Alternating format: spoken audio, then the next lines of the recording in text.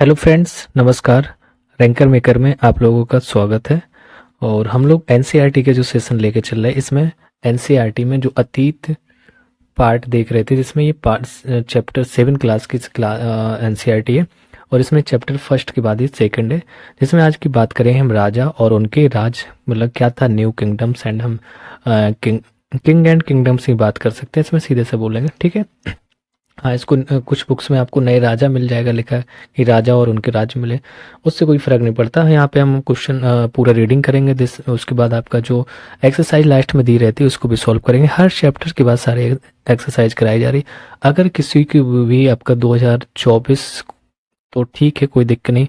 25-26 भी यूपीएससी देना होगा तो एनसीईआरटी देखो, आप लोग पता है कंपलसरी है। तो जुड़ जाइए रैंकर मेकर के साथ और चैनल को लाइक कर लें, सब्सक्राइब करें। हम शुरू करते हैं चैप्टर नंबर 2, राजा और उनके राज, मतलब किंग एंड किंगडम्स के बारे में। तो 7वीं शताब्दी के बाद कई राजाओं का उदय हुआ। ठीक है, पहले तो कुछ ऐसे देखे नहीं गए थे राजा, हम लोगों ने रीड किया है ना, चंद्रगुप्त मौर्य को छोड़ के। तो 7वीं शताब्दी के बाद कई राजाओं का उदय हुआ। मानचित्र 1 में है उपमहाद्वीप के विभिन्न हिस्सों में 7वीं से 12वीं शताब्दी तक, कहाँ तक 7वीं से 12वीं शताब्दी के बीच शासन करने वाले प्रमुख राजवंशों को दिखलाया गया है। तो इस हम मैप में देखेंगे क्या क्या दिखाया गया। तो ये दिखाया गया आपको ना, तो जितना ये आपका रेड, ये परिवर्तनीय सीमाएं हैं, रेड जोन मतलब यहाँ से ये आपका चेंजेस हो गई थी सीमा ये, ठीक है। ये वाला भी एरिया देखेंगे। और यहाँ पे देखो ऊपर सबसे आपको क्या दिख रहा है कि साइस, कश्मीर, झेलम नदी, बार बार हम लोग देख रहे हैं, मुल्तान के अरब है ना, मंसूर के अरब पे थे। अनरट्टा ये आपका गुजरात में आ जाएगा। तो यहाँ पे कौन का इंद्रप्रस्थ थी, ये कैपिटल मतलब राजा यहाँ पे इंद्रप्रस्थ हो गया। इसको हटा देते, उस पर टच नहीं करेंगे। अच्छा, बड़ा कर लेते हैं, थोड़ा बड़ा करेंगे तो आपको दिखेगा कम, लेकिन थोड़ा इसका मैप ऐसे देखना चाहिए कि क्या है। तो इंद्रप्रस्थ था, चायमान था, कन्नौज है ना, प्रयाग, बनारस, गुर्जर प्रतिहार, चंदेल, परमार, ये सब कहीं ना कहीं राजा हुए। तो हमें वही देखना है, किंग एंड किंगडम्स, राजा और उनके राज की बात करेंगे। तो पहाड़पुर था, फिर आपका यहाँ पे बंगाल में पाल वंश था, तो इन सबको देखेंगे। कामरूप थे, राष्ट्रकूट और आपका मालखेद है, मानखेद जिसको भी कहते हैं, ये आपके दक्षिण में आ जाएंगे। फिर उत्कल से आप उड़ीसा के तट से देखो, यहाँ से शुरू करेंगे, ये उड़ीसी तट से उत्कल है ना, फिर कलिंग, फिर पूर्वी चालुक्य, फिर आपका नीचे सबसे चोल आ जाएगा। चोल के बाद चोल, चेर और पांड्य, तीनों हमेशा यूपीएससी क्वेश्चन पूछता है, इंपोर्टेंट भी है देखना।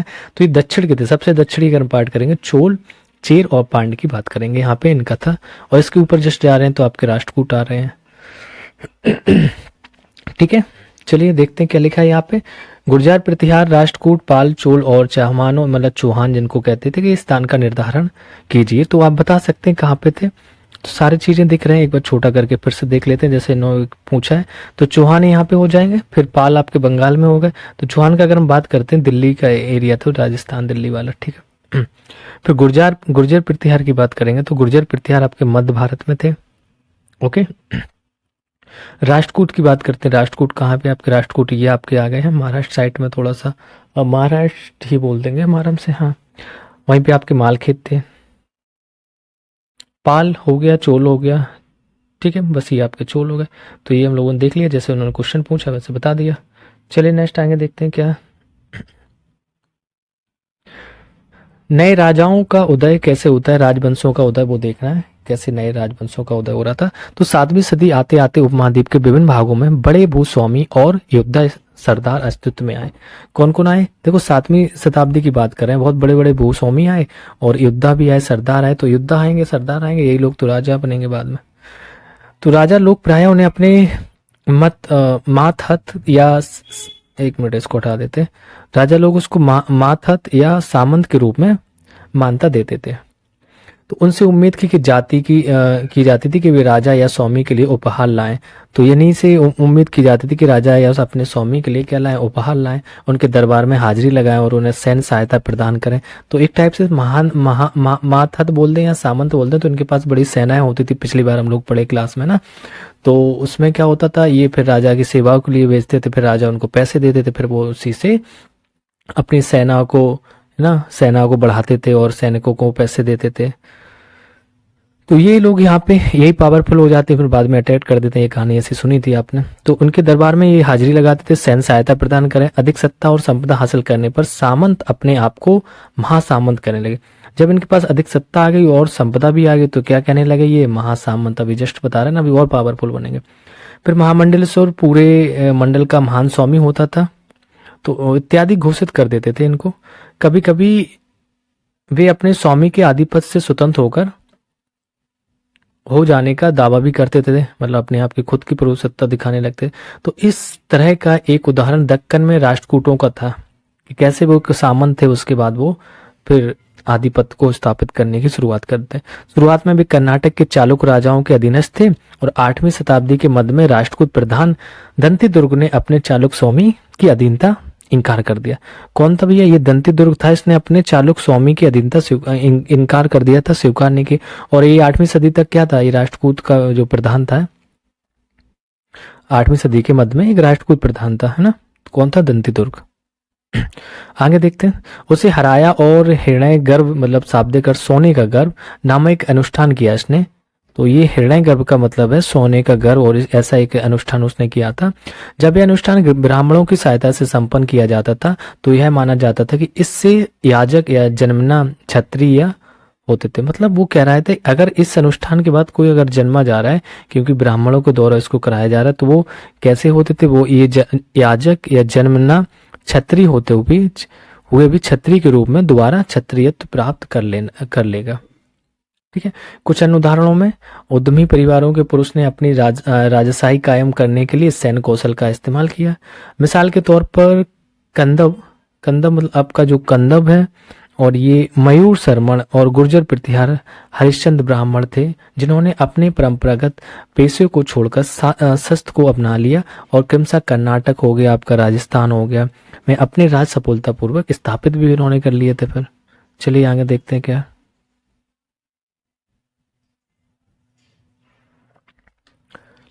क्या लिखा है साइट में। देखो ये एक पिक्चर बनी है, इसमें लिखा है एलोरा की गुफा की ये पिक्चर है, तो दिखाया गया इसमें 15 भित्ति चित्र थे उसमें, जिसमें से विष्णु को नरसिंह अर्थात मतलब पुरुष सिंह के रूप में दिखलाया गया था।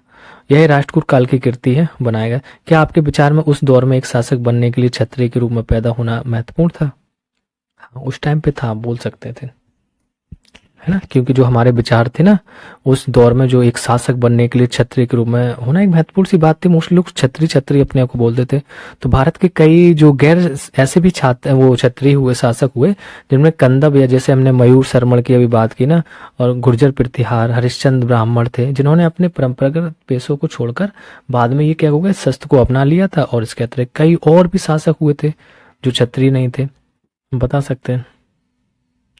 लेकिन हम सीधा सा बोल सकते हैं कि अधिकांश जो शासक थे उस टाइम पे वो क्षत्रिय थे, इस वजह से वो क्वेश्चन पूछा गया। चलिए राज्यों में प्रशासन की बात करते हैं, कैसा प्रशासन था, क्यों हिल रहे हो।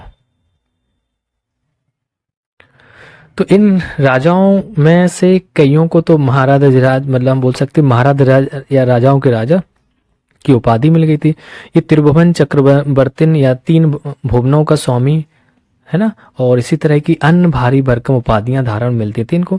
लेकिन इस तरह के दावों के बावजूद भी अपने सामंतों और साथ ही साथ किसान, व्यापारी, ब्राह्मणों के संगठनों के साथ अपनी सत्ता की साझेदारी करते थे।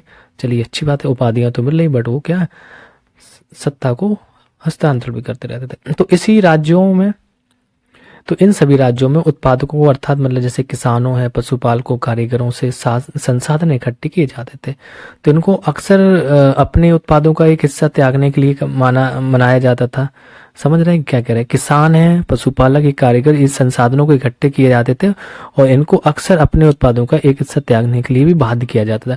कभी कभी इस हिस्से को लगान, वही लगान मानकर वसूल भी किया जाता था, क्योंकि प्राप्त करने वाला भूस्वामी होने का दावा करता था और राजस्व व्यापारियों से भी लिया जाता था। समझ रहे हैं, जो लगान ले रहा है वो क्या कहता है, मैं भूस्वामी हूं, बकाया आप लोग तो काम कर रहे हैं, इस वजह से आप लगान दीजिए। हाँ, ये राजस्व व्यापारियों से भी लिया जाता था। तो 400 कर के बारे में बात करते हैं। 400 कर क्या था? तमिलनाडु में शासन करने वाले जो चोल वंश थे, कौन सा वंश भैया, चोल वंश के अभिलेखों में विभिन्न किस्म के करों के लिए 400 से ज्यादा सूचक शब्द मिलते हैं। सबसे अधिक उल्लेखनीय कर वो था आपका बेट्टी, है ना, जो नगद की बजाय जबरन श्रम के रूप में लिया जाता था। अब भैया नगद मत दीजिए, हम आपको जबरदस्ती काम कराया जाएगा कि आपको काम करना है, तो बेटी आपका ये था। यानी जबरन श्रम और कदमाई, यानी कदमाई भी एक था। कदमाई का मतलब है कि भू राजस्व थे एक, है ना। मकान पर छाजन डालने पर लगने वाला कर, अरे भगवान, मकान पे छाजन डाल है ना, उस पर भी करता। फिर खजूर या ताड़ के पेड़ पर चढ़ने के लिए सीढ़ी के इस्तेमाल पर लगने वाला कर, बताइए, हद होती है। पारिवारिक संपत्ति का उत्तराधिकार हासिल करने के लिए लगने वाले कर इत्यादि भी उल्लेखित है। अब बताइए, इतने ढेर सारे कर थे कि किसी भी काम को आप कर रहे हैं पहले कर दीजिए। क्या आज इनमें से कोई कर वसूले जाते हैं? भाई ऐसे कर तो नहीं वसूले जाते, इनकम टैक्स बोल सकते हैं हम, है ना, बट ऐसा कुछ नहीं है। ये संसाधन राजा की व्यवस्था का वित्तीय आधार बनते थे और साथ ही मंदिरों और दुर्गों के निर्माण में भी इस्तेमाल होते थे। संसाधन उन युद्धों को लड़ने में भी इस्तेमाल होते थे जिनसे लूट की शक्ल में, समझ रहे क्या, लूट की शक्ल में मिलने की तथा जमीन और व्यापारिक मार्गों के प्रयोग की संभावना बनती थी, कि उन्हें लग रहा था कि इनसे लूटेंगे कुछ, है ना, इनसे धन मिलेगा, और जमीन और व्यापारिक मार्गों के प्रयोग की संभावना बनती थी। तो राजस्व वसूली के लिए इनका पदाधिकारियों की नियुक्तियां सामान्यतः प्रभावशाली परिवारों के बीच से की जाती थी। तो जो राजस्व वसूली के लिए किससे, जो पदाधिकारी होते थे उन्हीं के परिवारों से की जाती थी। मतलब हम पुश्तैनी बोल सकते हैं इनको। प्राय वंशानुगत होते, लिखा है आगे देखो, वंशानुगत होते थे। सेना में भी ऐसा ही होता था, कई बार राजा के निकट संबंधी इन औहदों पर होते थे, समझ रहे, तो वही चलता रहेगा। फिर परिस्थितियां और भूमि अनुदान के बारे में देखें, क्या परिस्थितियां थी, क्या भूमि अनुदान था, चलिए देखते हैं। परिस्थितियों में ऐसे ब्यौरे होते हैं जो शब्दतः सत्य नहीं भी हो सकते हैं। भाई आप परिस्थितियां लिखवा देंगे, ऐसा थोड़ी कि आप सत्य, भाई आपकी सरकार थी, राजा थे, जो मन हुआ वो लिखा देंगे, लेकिन ये परिस्थितियां हमें बताती हैं कि शासक खुद को कैसा दर्शाना चाहते थे। मिसाल के लिए सूरवीर विजयी योद्धा के रूप में ये विद्वान ब्राह्मणों द्वारा रची गई थी, जो अक्सर प्रशासन में मदद करते थे। नेक्स्ट देखते हैं। तो कुछ नाग भट्ट की उपलब्धियां हैं, उनको देख लेते हैं। नाग भट्ट, तो कई शासकों ने परिस्थितियों में अपनी उपलब्धियों का बखान किया है। आपने पिछले साल गुप्त शासक समुद्रगुप्त की परिस्थिति के बारे में पढ़ा है, तो गुप्त शासक समुद्रगुप्त के बारे में पढ़ा था, है ना। संस्कृत में लिखी गई ग्वालियर मध्य प्रदेश में पाई गई एक परिस्थिति में प्रतिहार नरेश, तो ग्वालियर में मिला आपका प्रतिहार नरेश नाग भट्ट के कामों का वर्णन इस प्रकार है। इसमें लिखा कि आंध्र सेंधो मतलब सिंध, विदर्भ मतलब महाराष्ट्र का एक हिस्सा था, और कलिंग मतलब उड़ीसा का एक हिस्सा भी जस्ट आपको बताया था कि राजा उनके आगे तभी धराशायी हो गए जब वे राजकुमार थे। समझ रहे कि ये बता रहे हैं कि नाग भट्ट के सामने वो पहले ही धराशायी हो गए जब वो राजकुमारी थे। तो उन्होंने कन्नौज के शासक चक्र युद्ध को विजित किया। उन्होंने बंग मतलब बंगाल का हिस्सा, अनर्थ मतलब गुजरात का हिस्सा, और मालवा का मतलब मध्य प्रदेश का हिस्सा, किरात मतलब वनवासी, और तुरुसक की बात करेंगे तो तुर्क लोग थे, और बस मत्स दोनों उत्तर जो भारत के राजा और राजाओं को पराजित किया था। अपने आप को इतना वर्णन देखिए, इतनी बढ़ा चढ़ा के बोल रहे हैं चीजों को, तो इसी वजह से यहाँ पे बात ये की गई है कि लोग यहाँ पे ये नहीं है कि हम पूरी तरीके से आंखें बंद करके नहीं मान सकते, ये था सही था, क्योंकि राजा लोग अपने तो वो करेंगे तारीफ। तो राजा लोग प्राय ब्राह्मणों की भूमि अनुदान से पुरस्कृत करते थे, ब्राह्मणों को भूमि देकर पुरस्कृत करते थे, ऐसे बोले। ये ताम पात्रों पर अभिलिखित होते थे जो भूमि पाने वाले को दिए जाते थे। ठीक है भैया, देख लीजिए, ये भूमि दे रहे हैं और ताम पात्र हैं, उस पर लिखा गया, इसको देना, देखो कैसे लिखा जाता होगा उस टाइम। कोई बात नहीं, हम लोग आज के डेट में पेन से पेंसिल से लिख लेते हैं। तो इस अभिलेख में उल्लेखित इलाकों में से कुछ को मानचित्र में ढूंढने की कोशिश करें। दूसरे राजाओं ने भी इसी तरह के दावे किए थे। आपके विचार से ऐसे दावे उन्होंने क्यों किए थे? भाई क्यों कहेंगे, है ना। अगर हम देखें कि आज की अगर डेट की क्या भिन्नताएं हैं दूसरे राजाओं से पहले की तरह, तो भाई बहुत सारी भिन्नताएं, क्योंकि हम देख रहे हैं मध्यकाल में जो राजा थे वो भारत में मतलब एक राजतंत्र का कायम था ना। और यहाँ पे जो राजतंत्र था वो शासक वंशानुगत भी देख रहे हैं, राजा का पुत्र ही राजा होता था। तो आज की जो प्रशासनिक व्यवस्था लोकतांत्रिक हो गई ना, तो काफी चीजें डिफरेंस हो गई, जिसमें जनता द्वारा जो अपना प्रतिनिधित्व होता है उसको हम चुनते हैं। जैसे लोकसभा चुनाव आएगा, भाई वोट डालेंगे, चुनेंगे, मोदी जी राजा जो भी बने, है ना, तो जनता के चुनी हुई प्रतिनिधि सरकार का गठन करते इसमें। और मध्यकाल में जनता किसी भी राजा का ना तो चुनाव कर सकती थी ना उसे हटा सकती थी, कुछ नहीं था, जो है वही उसी के पास पावर है। यह थोड़ा संस्कृत और थोड़ा तमिल में लिखा गया है, ये आप जो दिख रहा है ठीक है। और ताम्रपात्रों का एक संग्रह है जिसमें 9वीं सदी में एक शासक के द्वारा दिए गए भूमि अनुदान का उल्लेख है। जिन कड़ियों से ये पत्र जुड़े हैं उन पर राजसी मोहर लगी हुई थी। भाई जिससे ये जुड़े हैं तो उस पर राजसी मोहर लगी है। देखो ये लगी हुई, जो गोला दिख रहा है ना आपको, ये यही है, जो यह बतलाने के लिए है कि यह एक प्रमाणिक दस्तावेज है। समझ रहे हैं ना? हाँ वही चीज। चलिए आगे देखते हैं। नेक्स्ट है आपका कि भूमि के साथ क्या क्या दिया जाता था। अब भूमि तो दे रहे हैं, उसके साथ क्या क्या और दिया जाता, चलो इसको भी देख लेते हैं। यह चोलों के द्वारा, किसके द्वारा? ये चोलों के द्वारा दिए गए एक भूमि अनुदान के तमिल भाग का एक अंश है। किसका? तमिल भाग का एक अंश है। हमने मिट्टी की मेड़े बनाकर साथ ही कांटेदार झाड़ियां लगाकर भूमि की सीमाओं को चिन्हित किया। जैसे वर्तमान में जो अभी आप लोग मेड़े बनी रहती हैं, फिर उसको बाउंड्री कर देते हैं, तार फेंसिंग कर दिया, या कह रहे हैं ना कटीले झाड़ियां लगाकर। फलदार वृक्ष, पानी भूमि, बगीचे, फलोद्यान, पेड़, कुएं, है ना, खुली जगह, चारागाह और एक गांव। और उसके बाद बौबी, चबूतरे, नहरें, खाइयां, नदियां, दलदली जमीन, हौज, अन्नागार, मछलियों के तालाब है, मधुमक्खियों के छत्ते और गहरी झीलें, ये सब रहती थी उसमें। तो सब थी उसमें। जिसे यह भूमि मिलती थी वह इससे कर वसूल कर सकता था। अब उसको भूमि मिली, उसने दूसरे को करने के लिए दे दे, कर वसूल रहे हैं। फिर वह न्यायाधिकारियों द्वारा जुर्माने के तौर पर लगाए गए कर वसूल सकता था, कि जो न्यायाधिकार है उसने कर लगाया उसको वसूल करना। पान के पत्तों पर लगने वाला कर, बुने हुए कपड़ों पर, देखो पान के पत्ते पे भी कर लग रहा है, बुने हुए कपड़ों पर भी कर लग रहा है। साथ ही वाहनों पर लगने वाला वसूल कर सकते थे। हैं, वह पक्की ईंटों के बने ऊपरे वाले पर बड़े कमरे बनवा सकता था। वह बड़े और छोटे कुएं खुदवा सकते थे। पेड़ और कांटेदार झाड़ियां लगवा सकता था। ये सब था इसके पास। तो जरूरी हो तो सिंचाई के लिए नहर बनवा सकता था, और उसे यह सुनिश्चित करना चाहिए कि पानी बर्बाद ना हो और तटबंधों का निर्माण हो।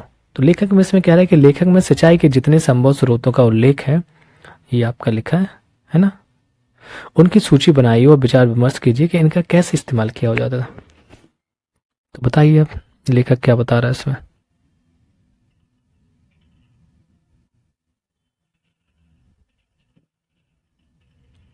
ठीक है। तो यहाँ पे हम देख सकते हैं कि क्या हो सकता है। सूची बना सोच सकते हैं थोड़ा कि क्या क्या चीजें थी ना।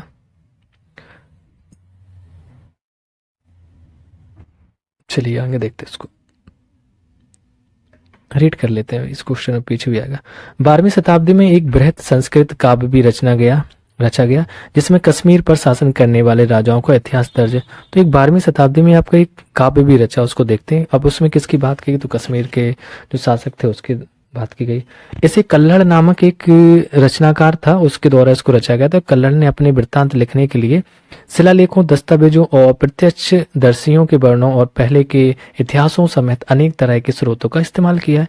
तो परिस्थितियों के लेखकों से भिन्न वह अक्सर शासकों और उनकी नीतियों के बारे में आलोचनात्मक रुख दिखलाता था। भैया ये था राइटर, है ना, कि उस शासक है उनकी आलोचना भी करनी चाहिए, ये नहीं तारीफ ही तारीफ लिख दे। तो इसलिए 12वीं सदी के लिए असाधारण ग्रंथ था, कोई साधारण ग्रंथ नहीं था, क्योंकि वो उन पे लिखते थे। धन के लिए युद्ध के बारे में बात करेंगे, धन के लिए युद्ध क्या था? तो आपने यह गौर किया होगा, क्या गौर किया था? इनमें से प्रत्येक शासक राजवंश का आधार कोई क्षेत्र विशेष था। वे दूसरे क्षेत्रों पर भी नियंत्रण करने का प्रयास करते थे। एक विशेष रूप में वांछनीय क्षेत्र या गंगा घाटी के जो कन्नौज नगर है ना, तो उसको एक क्षेत्र हो गया था वो। कन्नौज नगर में जैसे आपका गुर्जर था, प्रतिहार था, ये राष्ट्रकूट, ये तीनों बार बार दिखते ना, गुर्जर, प्रतिहार, राष्ट्रकूट और पालवंश। ये गुर्जर प्रतिहार एक ही, राष्ट्रकूट और पालवंश। ये पालवंशों के शासकों सदियों तक कन्नौज के ऊपर नियंत्रण को लेकर आपस में लड़ते रहे। ये त्रिकूट जिसको हम बोलते हैं, त्रिकूट युद्ध हुआ था, ये तीनों लोग थे। क्योंकि इस लंबी लड़ाई में 3 पक्ष थे, इसलिए इतिहासकारों या प्रायः इसकी चर्चा जो त्रिपक्षीय संघर्ष या त्रिकूट संघर्ष के रूप में इसको जानते हैं। तो कौन कौन थे त्रिकूट में? आपके गुर्जर प्रतिहार, राष्ट्रकूट और पालवंश। शासकों ने बड़े मंदिरों का निर्माण करवाया, कर भी अपनी सत्ता और संसाधनों का प्रदर्शन करने का प्रयास किया।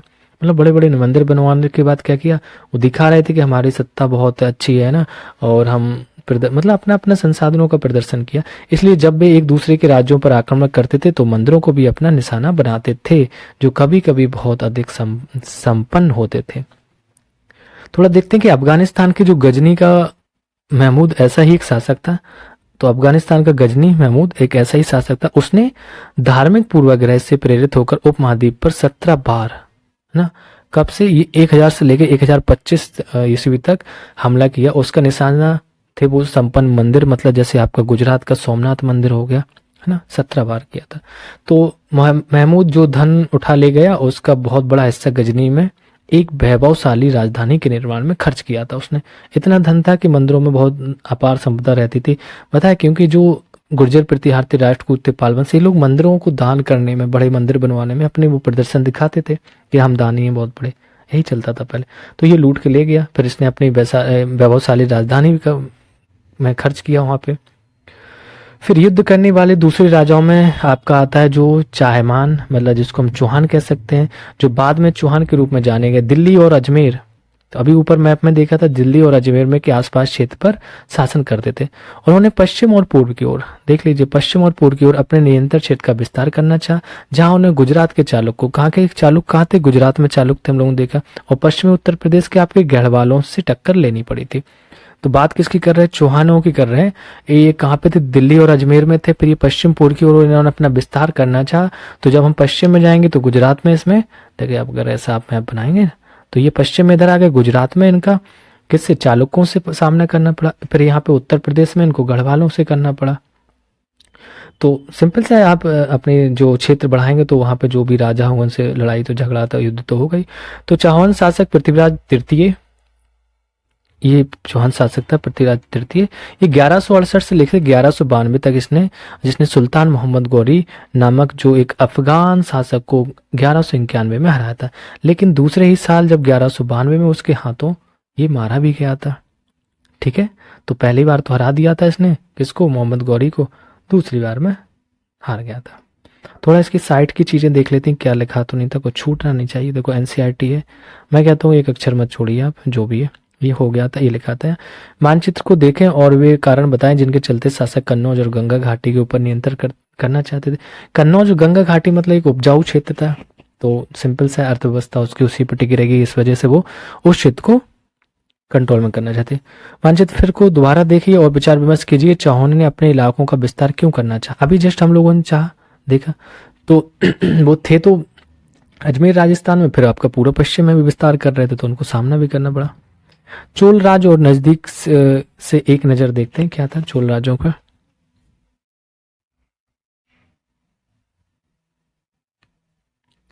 नहीं, चौहान दिल्ली के पास तो, दिल्ली अजमेर तो था, मैंने जस्ट बताया तो था आपको। तो फिर गुजरात में ही उनका वहां पे सामना हुआ, फिर उत्तर प्रदेश में भी हुआ था गढ़वालों से। सही तो है, ठीक है। चलिए आगे देखते हैं। चोल राज नजदीक से एक नजर डालते हैं। उरे उरेयूर, है ना, ऐसे नाम भैया। और उरेयूर से तंजावुर तक की बात करते हैं चोल राजाओं के बारे में। यहाँ पे क्या होता है कि चोल वंश जो सत्ता में कैसे आया, कावेरी डेल्टा में जो मुट्टियार नाम से प्रसिद्ध एक छोटे से मुखिया परिवार की सत्ता थी। तो कावेरी डेल्टा में थी ये मुट्टियार नामक एक छोटे से परिवार में। वे कांचीपुरम के पल्लव राजाओं के मातहत थे। तो किसके, कांचीपुरम के जो पल्लव राजा थे उनके मातहत थे। ओरियार की बात करें तो ओरियार के जो चोल वंशी प्राचीन मुखिया परिवार के विजयालय ने 9वीं सदी में, कब, 9वीं सदी के मध्य में मोटेरियारों को हराकर इस डेल्टा पर कब्जा जमाया था। समझ लेना एक बार फिर से, उसने वहां तांजोर शहर और निसु बम्बू सुदिनी देवी मंदिर का बनवाया था। पहले ये मंदिर छोड़ा, अभी समझ लीजिए। चोल वंश एक सिंपल सा कहाँ रहते थे, काबरी डेल्टा क्षेत्र में थे। और एक मुट्टियार नामक एक छोटा सा परिवार था, वो परिवार का मुखिया था। फिर इन्होंने जो कांचीपुरम के पल्लव राजाओं के मातहत थे, ये मातहत मैंने पिछले बताया ना, हाँ, वो थोड़ा सा मतलब अपने पास सेना न रखते थे। फिर उड़ियार के जो चोलवंशी प्राचीन मुखिया परिवार के विजयालय ने 9वीं सदी के मध्य में मुटियारों को हराकर इस डेल्टा पर कब्जा कर लिया। कौन सा, कावेरी डेल्टा को हराकर वहां पे। और यहीं पे इन्होंने तंजावुर में क्या किया था, एक आपका निशंभु सुदनी देवी का मंदिर भी बनवाया था। चलिए आगे देखते, साइड देख लेते हैं क्या है। अच्छा ये हो गया था, ठीक है।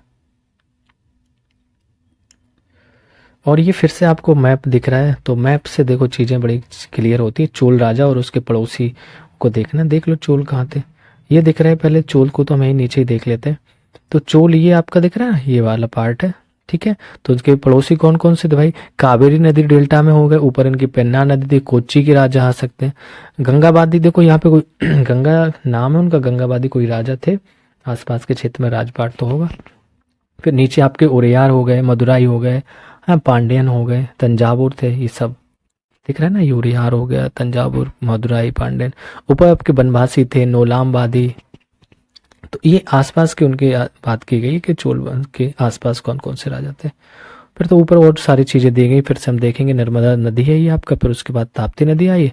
यहाँ पे आपका यादव लोग थे, मतलब कहाँ, जब गुजरात के जस्ट नीचे देखेंगे तो ये आपका आ जाएगा एरिया महाराष्ट्र और मध्य प्रदेश का, थोड़ा सा कॉमन एरिया रहेगा ये ना। फिर चालुक्य के जस्ट नीचे महाराष्ट्र में, ओके। हाँ, उसके नीचे थोड़ा सा विक्रमादित्य आ जाएंगे तो कर्नाटक साइड में। फिर आपके कल्याणी है, कंदब है, बादामी है, इस सब लाइन से हैं। और ये पट्टी जो रेड पट्टी दिखा रही है, तो परिवर्तन सीमा है कि यहाँ से सीमाओं में परिवर्तन आया था। क्या परिवर्तन आया था? मतलब सीमा विस्तार किया होगा इन्होंने। तो ये काकतीय था ना, दक्षिण कलिंग, वेंगी, कलिंग, तो ये सब चीजें थी। चलिए नेक्स्ट देखते हैं। तो इसमें लिखा है कि विजयालय के उत्तराधिकारियों ने पड़ोसी इलाकों को जीता और उसका राज में अपने क्षेत्र पर तथा शक्ति दोनों रूपों में बढ़ता गया। समझ लीजिए पहले जो विजयालय थे, उन्होंने उत्तराधिकारियों ने अपने पड़ोसी इलाकों को जीता और उसका राज अपने क्षेत्र तथा जो शक्ति थी दोनों रूपों में बढ़ता गया। मतलब शक्ति भी बढ़ी, राज क्षेत्र भी बढ़ाया। दक्षिण और उत्तर के जो पांड्यन और पल्लव के इलाकों, कहाँ पे दक्षिण की बात करें, दक्षिण में, उत्तर में, और उसमें पांड्यन और पल्लव के इलाकों पर राज का हिस्सा बना लिया गया। तो राजराज प्रथम की बात करते, राजराज प्रथम जो सबसे शक्तिशाली चोल शासक था, क्वेश्चन सीधा पूछा जाता। इसने क्या किया 1985 में, कब? 1985 में राजा बना और उसी ने इसमें से जो ज्यादातर क्षेत्रों पर अपने नियंत्रण का विस्तार किया था। और उसने साम्राज्य के प्रशासन का भी पुनर्गठन किया। राजराज के पुत्र जो राजेंद्र प्रथम ने जो उसकी जो नीतियों को जारी भी रखा, जो नीतियां चली आ रही थी।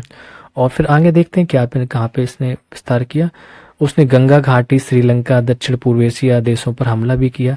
इन अभियानों के लिए उसने एक जल सेना भी बनाई थी। तो कौन था? राजेंद्र प्रथम था जिसने एक वो अपनी जल सेना बनाई थी। क्वेश्चन पूछा जाएगा आपका 24-25 के लिए, बहुत अच्छा है। 25-26 के लिए एनसीईआरटी जरूरी है, पढ़ना है। देखो यहाँ पढ़ लो, हम तो कह रहे एक बार आप सुन लेंगे, फिर उसके बाद पढ़ेंगे, अच्छा समझ में भी आएगा चीजें कहाँ फोकस करना है ना। यहीं से शॉर्ट नोट्स बनते हैं, हम बनवाएंगे भी शॉर्ट नोट्स भी आपको सॉल्व कराएंगे पूरा। पहले खत्म कर लेते हैं फिर देखते हैं।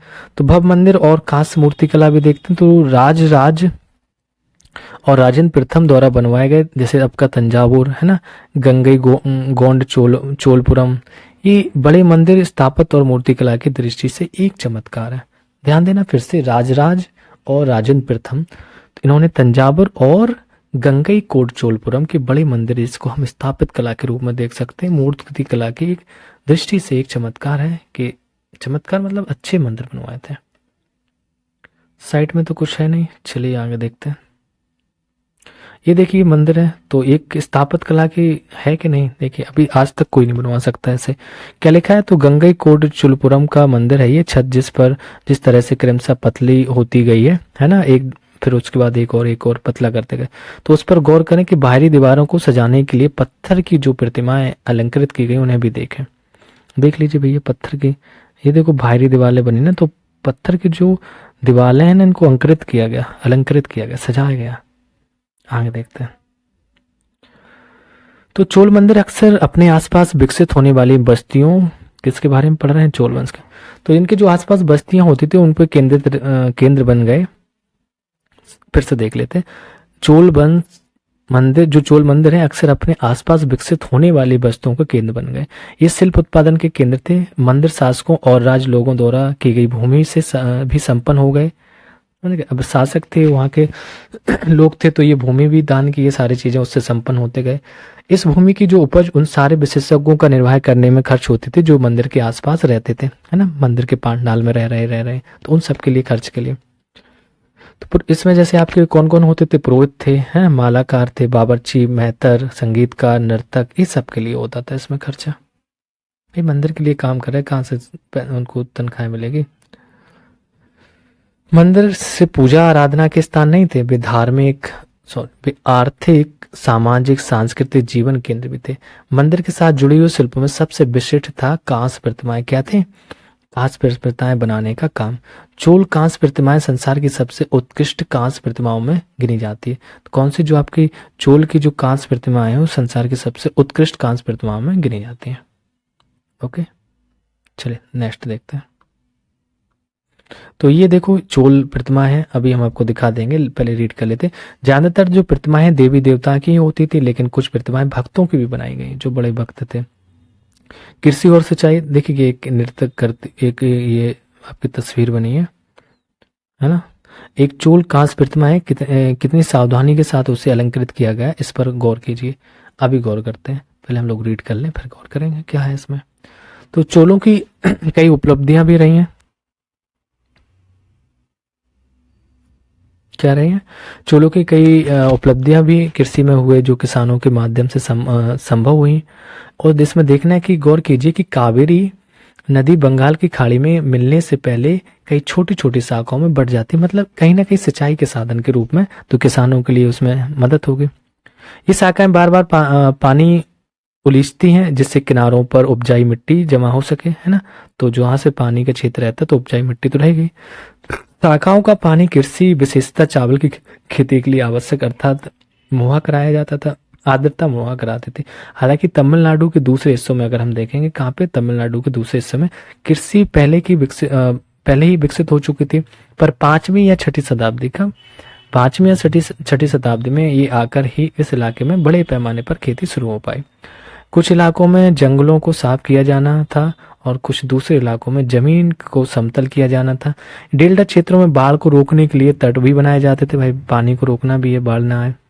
और पानी को खेतों तक ले जाने के लिए नहरों का निर्माण किया जाता था। कई क्षेत्रों में एक साल में 2 फसल उगाई जाती थी, भाई जो प्रेजेंट में भी होते हैं। कई जगहों पर फसलों की सिंचाई कृत्रिम रूप से करना जरूरी था, कृत्रिम रूप से प्राकृतिक वर्षा न होकर वर्षा कर रहा है। सिंचाई के लिए कई पद्धतियां अपनाई जाती थी। कुछ इलाकों में कुएं खोदे गए थे और अन्य जगहों में बारिश के पानी को इकट्ठा करने के लिए विशाल सरोवर बनाए जाते थे। तो आप लोगों ने ये प्रतिमा देख ली थी, है ना। ये चलिए आगे देखते हैं। ये देखिए सरोवर, ये क्या है देखते हैं, सो रीड करते हैं। तो 9वीं शताब्दी में लिखा है कि 9वीं शताब्दी में तमिलनाडु का एक जल द्वार हौज है, नदी की शाखाओं में पानी के प्रवाह को इसके जरिए नियंत्रित किया जाता था और इस पानी से खेत सींचे जाते थे। पानी को रोकना एक टाइप से डैम बोल सकते हैं। जल द्वार जो पारंपरिक रूप से एक लकड़ी या धातु बाधा है जो आमतौर पर पानी के स्तर को नियंत्रित और नदियों और नहरों में दर प्रवाह को संचालित करता था। तो किए गए स्मरण के जो रहे सिंचाई के काम में ये योजना की जरूरत होती थी, जैसे श्रम है और संसाधनों को व्यवस्थित करना, इन कामों की देखरेख करना और यह तय करना कि पानी का बंटवारा कैसे किया जाए। ज्यादातर जो नए शासकों को साथ ही साथ गांव में रहने वाले लोगों ने इन गतिविधियों में सक्रिय रूप से दिलचस्पी दिखाई थी। साम्राज्य का प्रशासन की बात करते हैं, क्या साम्राज्य था, कैसे प्रशासन हुआ, तो इसको देखते हैं। चलिए देखते हैं। लिखा कि प्रशासन किस प्रकार संगठित था। किसानों की बस्तियां जो उर कहलाती थी, किसानों की बस्तियों को कहते थे उर कहते थे, सिंचित खेती के साथ समृद्ध हो गई और थी। इस तरह के गांवों के समूह को हम नाडु कहते थे। जो समृद्ध क्षेत्र थे उनको नाडु कहा जा रहा था। ग्राम परिषद और नाडु न्याय, देखो ग्राम परिषद हो गया, नाडु न्याय करने और कर वसूलने जैसे कई प्रशासकीय कार्य करते थे। धनी किसानों को केंद्रीय चोल सरकार की देखरेख में नाडु के कामकाज में अच्छा खासा नियंत्रण हासिल था। किसको? जो धनी किसान थे, तो केंद्रीय चोल सरकार की देखरेख में नाडु के कामकाज में अच्छा खासा नियंत्रण हासिल था। इसको हटा देते हैं, थोड़ा ऊपर देखते हैं। और में से कई धनी भूस्वामियों को चोल राजाओं ने सम्मान के रूप में मोवेंद लेवन, क्या लिखा है, मोवेंद वेलन, मतलब 3 राजाओं को अपनी सेवाएं प्रदान करने वाला वेलन या किसान या RIR मतलब प्रधान जैसी उपाधियां दी और उन्हें केंद्र में महत्वपूर्ण राजकीय पद सौंपे गए थे। यहाँ पे लिखा है कि अच्छा ये हो गया था, चलिए आगे देखते हैं। भूमि के प्रकार देख लेते हैं, क्या क्या प्रकार की भूमियां थी। तो चोल अभिलेखों में भूमि के विभिन्न कोटियों का उल्लेख किया गया, जैसे बिलन गवाई की बात की गई ना, बिलन वागाई। गैर ब्राह्मण किसान भूमि, जो गैर ब्राह्मण किसान की भूमि थी, बिलन गवाई, ये समझ लेना, इसके साथ था। फिर हम ब्राह्मण की बात करेंगे तो ब्राह्मणों को उपहार में दी गई भूमि थी। साला भोग की बात करेंगे तो साला भोग आपके किसी विद्यालय के रख रखाव के लिए जो भूमि दी जाती थी। फिर आपका देवदान या हम तिरुमटकनी भूमि बोलेंगे तो मंदिर को उपहार में दी गई भूमि को तिरुमटकनी कहते थे। ठीक है, नेक्स्ट आगे देखते हैं। और आपका एक और थी जो पल्ली चंदम, तो ये जैन संस्थाओं को दान में की गई भूमि थी। नेक्स्ट देखते हैं आगे क्या। तो हमने देखा कि ब्राह्मणों को समय समय पर भूमि अनुदान या ब्राह्मण देय प्राप्त हुआ। तो परिणाम स्वरूप कावेरी और दक्षिण भारत के क्या, कावेरी घाटी और दक्षिण भारत के दूसरे हिस्सों में ढेरों ब्राह्मण बस्तियां अस्तित्व में आई। प्रत्येक ब्राह्मणदेव की देखरेख प्रमुख ब्राह्मण भूस्वामियों की एक सभा द्वारा की जाती थी। ये सभाएं बहुत कुशलता पूर्वक काम करती थी। इनके निर्णय शिलालेखों में प्राय मंदिरों की पत्थर की दीवारों पर ब्यौरेवार दर्ज किए जाते थे और नगरम मतलब के नाम से ज्ञात व्यापारियों के संघ भी अक्सर शहरों में प्रशासनिक कार्य संपादित करते थे। तमिलनाडु के जो चिंगलपुट जिले की बात करते हैं, तमिलनाडु के जो चिंगलपुट जिले में उत्तर मैरूर से प्राप्त अभिलेखों में से इस बात का सविस्तार वर्णन है कि ब्राह्मणों की सभा का संगठन कैसा था। सिंचाई के कामकाज, बाग बगीचों, मंदिरों इत्यादि की देख रेख के लिए सभा में विभिन्न समितियां होती थी।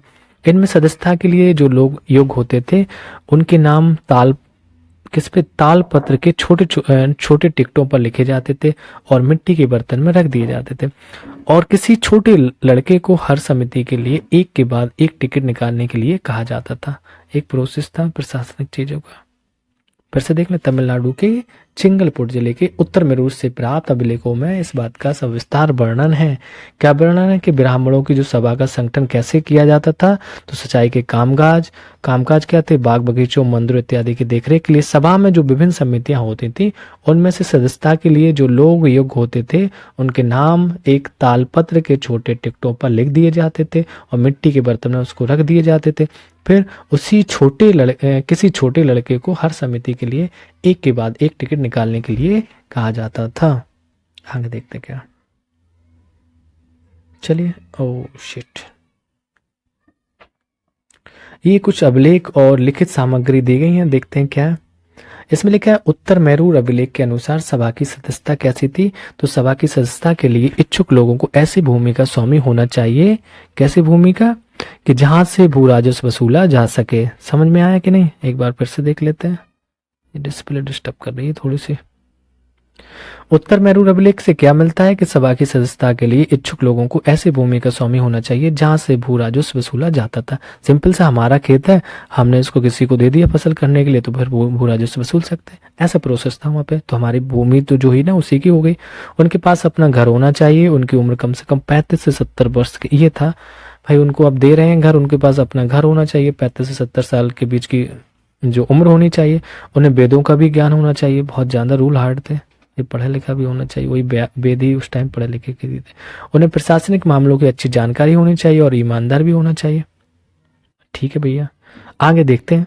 यदि कोई पिछले 3 सालों में किसी समिति का सदस्य रहा है तो वह किसी और समिति का सदस्य नहीं बन सकता था।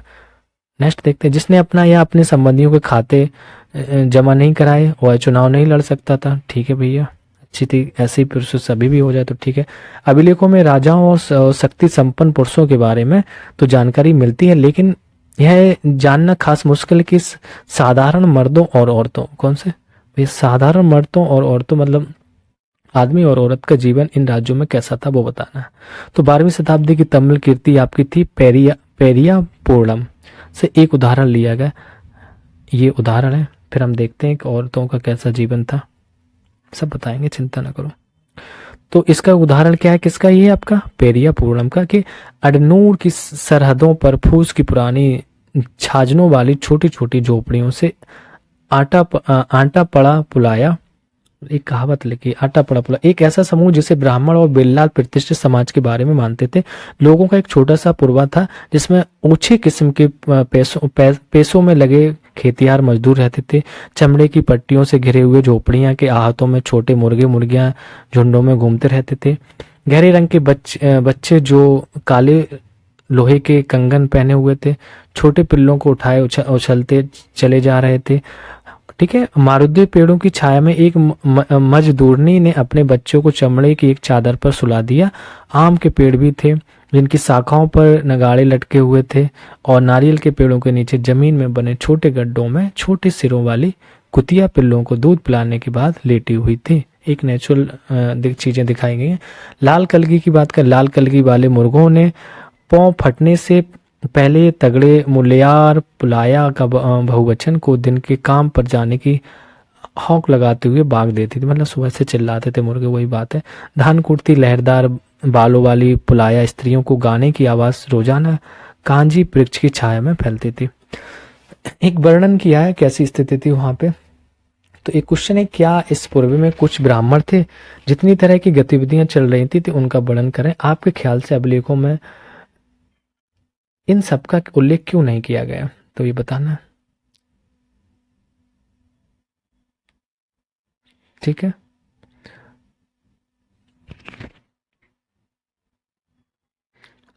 क्यों नहीं किया गया, समझ सकते ना, नॉट वेल अंडरस्टूड है भाई। क्योंकि पैसे वाले लोग, जो राजा लोग थे, उन्हीं की चीजों को वर्णन किया और किसी का नहीं किया।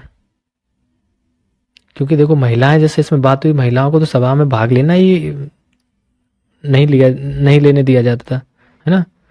और कुछ जो चोल प्रशासन के बारे में हम लोगों ने देखा कि उनकी समितियां थी, जो सदस्यों का चुनाव लॉटरी के हिसाब से भी हो रहा था, क्योंकि वो लॉटरी थी ना, वो टिकट बना के डाल रहे हैं। ठीक है, कुछ सही बोल सकते, कुछ नहीं। चलिए आगे देखते हैं। आपके सभा के चुनाव में मौजूद जो कुछ आपने देखा उन सुने उसका वर्णन करें। तो बीच में इसमें शब्द है सामंत मंदिर नाडू सभा थी। हाँ, फिर से याद करें, क्या याद करना है, इनको जोड़ना है। जोड़ लेते हैं भैया, किसको से। गुर्जर प्रतिहार को आप किससे जोड़ेंगे, तो ये कहाँ पे थे, गुजरात और राजस्थान में गुर्जर प्रतिहार, ऐसे जोड़ दो।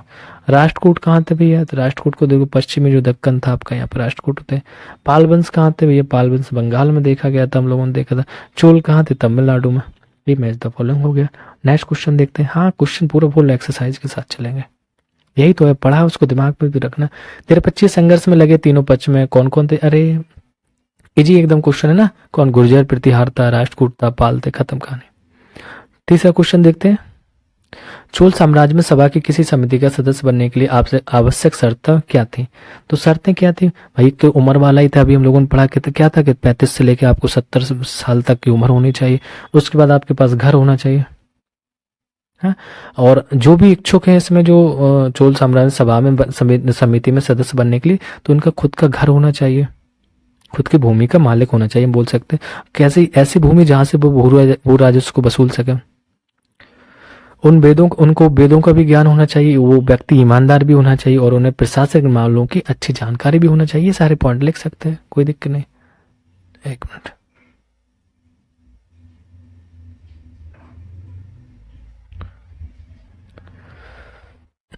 ठीक है। क्वेश्चन नंबर 4 है, चाहमानों के नियंत्रण में आने वाले दो प्रमुख नगर कौन से। ये देखो सारे इजी है क्वेश्चन के नहीं, कहाँ पे था इनके भाई। ये आपका जो कन्नौज और बनारस इनके अंदर में आ गए थे, वैसे ही आपके राजस्थान और दिल्ली के क्षेत्र में थे, है ना। चलिए आगे देखते हैं। कितने पूछे थे, दो प्रमुख नगर, हाँ, कन्नौज बनारस, ये सब तो है। इंद्रप्रस्थ भी बोल सकते, प्रयाग भी, सब आ गया था इनके। 4 देख लो, कोई दिक्कत नहीं, 2 की जगह। राष्ट्रकूट कैसे शक्तिशाली बने, ये बता दीजिए। तो राष्ट्रकूट शुरू में कहाँ से, ये कर्नाटक के जो चालुक राजाओं के अधीन थे, देखा ना। फिर धीरे धीरे ये बढ़ते गए। 8वीं सदी के मध्य में इन्होंने क्या किया, एक राष्ट्रकूट शासक जैसे दंती दुर्ग ने चालुक्य के अधीनता स्वीकार करने से इनकार कर दिया था। फिर बाद में ये चालुक्यों को उसने हराया और अपनी सैनिक शक्ति में वृद्धि कर ली। तो चालुक्यों को राष्ट्रकूटों ने हराया था, और उनके पहले ये सामंत थे। नेक्स्ट क्वेश्चन देखते हैं 6 नंबर का। नए राजवंशों ने स्वीकृति हासिल करने के लिए क्या किया, तो नए राजवंशों ने जो स्वीकृति हासिल की थी उसके लिए इन्होंने क्या किया था भाई। इन्होंने, जो लोग नए राजवंशों को अपने माथा थे ना, सामंत के रूप में मान्यता देते गए, फिर तो अधिक सत्ता और संपदा हासिल करने पर ये सामंत अपने आप को महासामंत या महामंडलेश्वर, मैंने कहा था कि कि अपने आप को उपाधि या अपने आप को इस टाइप की उपाधियों से घोषित करवाते थे। कभी कभी वे अपने स्वामी के आधिपत्य से स्वतंत्र हो जाने का भी दावा करने लगते थे कि नहीं, मैं स्वतंत्र हूँ, आपके अंदर किसी के राजा के अंडर में नहीं। फिर जो उद्यमी परिवार, जिसमें पुरुष अपने जो राजशाही कायम करने के लिए सैन्य कौशल का भी इस्तेमाल करते थे ना। सैन्य कौशल मतलब वही विद्रोह कर देना। क्वेश्चन नंबर 7 है, तमिल क्षेत्र में किस तरह की सिंचाई व्यवस्था का विकास हुआ था, बताइए। तो तमिल क्षेत्र में सिंचाई व्यवस्था का विकास कैसे हुआ था? प्राकृतिक झीलें बनी थी, अनेक नहरों को भी निर्माण किया गया था, तालाबों और जैसे हौज, वो ना ऐसे देखा था, ये बना था, हौज का भी निर्माण किया गया था, और अनेक क्षेत्रों में कुएं भी खुदवाए गए थे। चलिए क्वेश्चन नंबर 8 देखते हैं, चोल मंदिरों के साथ कौन सी गतिविधियां जुड़ी हुई थी? तो चोल मंदिरों के साथ गतिविधियों की बात करेंगे तो चोल मंदिर अक्सर अपने आसपास जो विकसित होने वाली बस्तियों का केंद्र बन गए थे। जहाँ पे ये चोल मंदिर जैसे बना है तो वहाँ पे जो बस्ती है उनको आपको केंद्र बनाया। और इसमें जो शिल्प था, उत्पादन केंद्र बहुत अच्छा था। आपने देखा कि पहले नीचे बड़ा, फिर उसके ऊपर छोटा, फिर उसके ऊपर छोटा, ऐसे बनता जा, और इसमें बढ़िया आकृतियां बनी थी। अब इसमें जो काम करते थे जैसे पुरोहित थे, मालाकार थे, बावर्ची थे, मेहतर, जो संगीतकार, नृतक, तो इन सब के लिए मंदिर सिर्फ मतलब जो भूमि रहती थी उसी से खर्च चलाते थे। तो मंदिर सिर्फ पूजा आराधना का केंद्र नहीं था, बल्कि आर्थिक, सामाजिक और जो सांस्कृतिक जीवन का केंद्र भी बन चुका था। समझ में आया? ओके, नेक्स्ट क्वेश्चन देखते और देखते आगे है कि नहीं। हाँ अभी तो है, कितने हैं, काफी क्वेश्चन है। चलिए क्वेश्चन नंबर 9 देखते हैं। मानचित्र फर्स्ट को दोबारा देखिए और तलाश करें कि जिस प्रांत में आप रहते हैं उसमें कोई पुरानी राजशाही या राजाओं राज थी या नहीं। तो ठीक है, आप जिस प्रांत में रहते हैं, जैसे उत्तर प्रदेश में रहते हैं, ढूंढिएगा, बताइएगा, तो आप अपने से इसको कर सकते हैं। मोस्टली उत्तर प्रदेश के इंद्रप्रस्थ नामक जो राजशाही स्थापित किया था वो भी बता दीजिए। हाँ, जिसको हम वर्तमान में दिल्ली के नाम से जानते हैं, बस यही बहुत है जानने के लिए।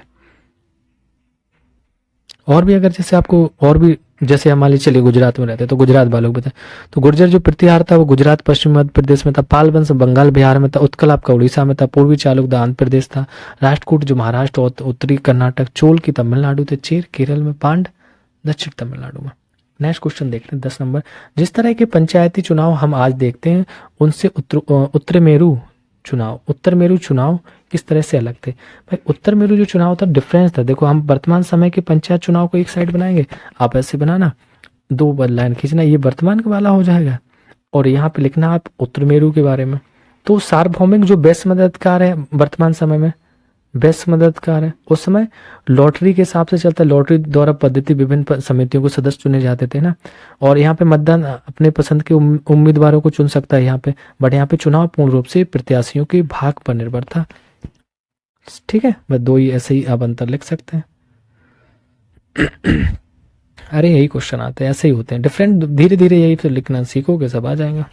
देख लो यार, हम नहीं चाहते किसी का टाइम बर्बाद हो। पहले एनसीईआरटी पढ़ना कंपलसरी रहता है, अभी आप पढ़ लेंगे अंडरस्टैंडिंग थोड़ी बढ़ जाएगी, और फिर बेटर जब तैयारी करेंगे आएंगे और अच्छे से हो जाएगी। इस अध्याय में दिखलाए गए मंदिरों से आपने आसपास के किसी मौजूदा मंदिर की तुलना करें और जो समानताएं हैं या अंतर आप देख पाते हैं उन्हें बताएं। तो चलिए कर लीजिए। तो दरअसल क्या है कि जो हम इस अध्याय में जो हम लोगों ने पढ़ा, देखा कि यहाँ पे जो मंदिर थे वो आपके द्रविड़ शैली की स्थापत कला द्वारा निर्मित थे, मतलब दक्षिण में जितने मिलेंगे द्रविड़ शैली के रहे। तो वर्तमान में जो अधिकांश मंदिर जैसे बेसर शैली स्थापित है, तो उत्तर में जो हमारा राम मंदिर ही बन रहा है बेसर शैली पर स्थापित है। ठीक है, बेसर शैली में द्रविड़, हाँ, जूनागढ़ शैली का समृद्ध जो सम्मिश्रण होता है, बेसर शैली में जो है ना वो द्रविड़ और नागर शैली दोनों का मिश्रण होता है। इन दोनों मंदिरों में समानता यह है कि इन दोनों मंदिरों के जो गर्भगृह में मूर्ति स्थापित होती है। अभी आपने देखा होगा भगवान श्री राम का मंदिर बना है तो उसमें गर्भगृह में मूर्ति को स्थापित किया जाता है। नेक्स्ट क्वेश्चन नंबर लास्ट है आज के सेशन का 12वां। आज के समय से वसूले जाने वाले करों के बारे में जानकारी हासिल करें। क्या ये नगद के रूप में है, परंतु ये वस्तु के रूप में है, या श्रम सेवाओं के रूप में? आज का तो नगद के रूप में है। तो वर्तमान समय के प्रत्यक्ष या हम अप्रत्यक्ष कर के रूप में इसको कर वसूल सकते हैं ना। प्रत्यक्ष कर के रूप में अगर हम बात करें तो आयकर हो गया, संपत्ति कर है, उत्तराधिकारी कर है ना, मृत्यु कर, ये सब। अप्रत्यक्ष के रूप में उत्पादन शुल्क, बिक्री कर, ये सब। तो वर्तमान समय में सभी जो कर नगद अथवा चेक के द्वारा हम इसको बोल सकते हैं, वसूल सकते हैं। अब अगर हम किसी भी कर का जो भुगतान वस्तु के रूप में अथवा श्रम सेवाओं के रूप में नहीं किया जाता है, तो ये आपके क्लास 7 के एनसीईआरटी का चैप्टर नंबर 2 था, राजा और उनके राज, मतलब किंग और किंगडम। ये यहाँ पे हम लोगों ने खत्म कर लिया। नेक्स्ट मिलते हैं इसी का चैप्टर नंबर 3 पे। ओके, चैनल को लाइक कर लें, सब्सक्राइब करें और आप लोग जुड़े रहें रैंकर में। आपको ए टू जेड सारी एनसीईआरटी कराई जाएगी। उसके साथ साथ बीच बीच में हम आपको विजन आईएएस का जो पीटी 365 आता है, पॉलिटी का करा रहे हैं, होगा तो इकोनॉमिक्स में करा देंगे, इन्वायरमेंट का भी करा देंगे। बट आप लोग जुड़े रहिए, चैनल को बस लाइक करते रहें, सब्सक्राइब करें, अपने दोस्तों में शेयर करें।